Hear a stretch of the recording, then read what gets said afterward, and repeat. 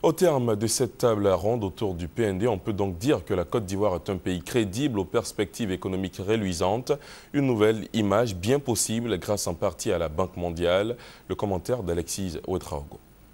2012, relations Côte d'Ivoire-Banque mondiale, un partenariat empreint d'une sollicitude particulière de l'institution à l'endroit du pays. La banque va au-delà des financements de projets et appuis budgétaires, plusieurs faits en témoignent. Février 2012, une dizaine d'administrateurs représentant près de 60% du capital de la banque est dans le pays seulement 10 mois après la crise post-électorale. Le 26 juin, le conseil d'administration de la banque, à la suite du FMI, déclare l'atteinte du point d'achèvement PPTE et par conséquent l'éligibilité de la Côte d'Ivoire à divers mécanismes de réduction de sa dette extérieure. Le 9 juillet, M. Mactar Diop, le tout nouveau vice-président de la Banque mondiale pour la région Afrique, effectue une visite à Abidjan, un mois seulement après sa prise effective de fonction. À sa suite, Lim Yong King, nouveau président de cette institution, annonce que son tout premier voyage sera consacré à l'Afrique et plus spécifiquement à la Côte d'Ivoire. Cette visite se déroulera effectivement des 4 au 5 septembre. Au cours de cette visite, il rappellera l'importance de la Côte d'Ivoire pour l'institution qu'il dirige.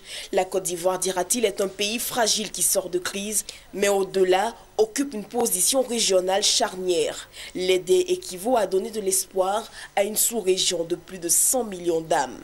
Autre initiative de taille, la tenue à Abidjan de l'IDA, Association internationale de développement, le fonds de la Banque mondiale pour les pays pauvres. Pour la première fois, cette rencontre se tient hors des États-Unis, à Abidjan.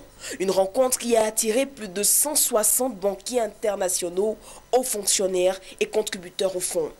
Dans une Côte d'Ivoire dont l'enjeu majeur est aujourd'hui la reconstruction et le développement, cette relation d'amour avec la Banque mondiale a porté des fruits et rassuré quant à la crédibilité du pays. Aujourd'hui, les signes sont palpables avec le retour sur les bords de la lagune ébriée de la mission ivoirienne à Paris. À la faveur de la rencontre du groupe consultatif de Paris, ce sont près de 4 300 milliards de francs CFA qui ont été annoncés par les partenaires pour la période 2013-2015.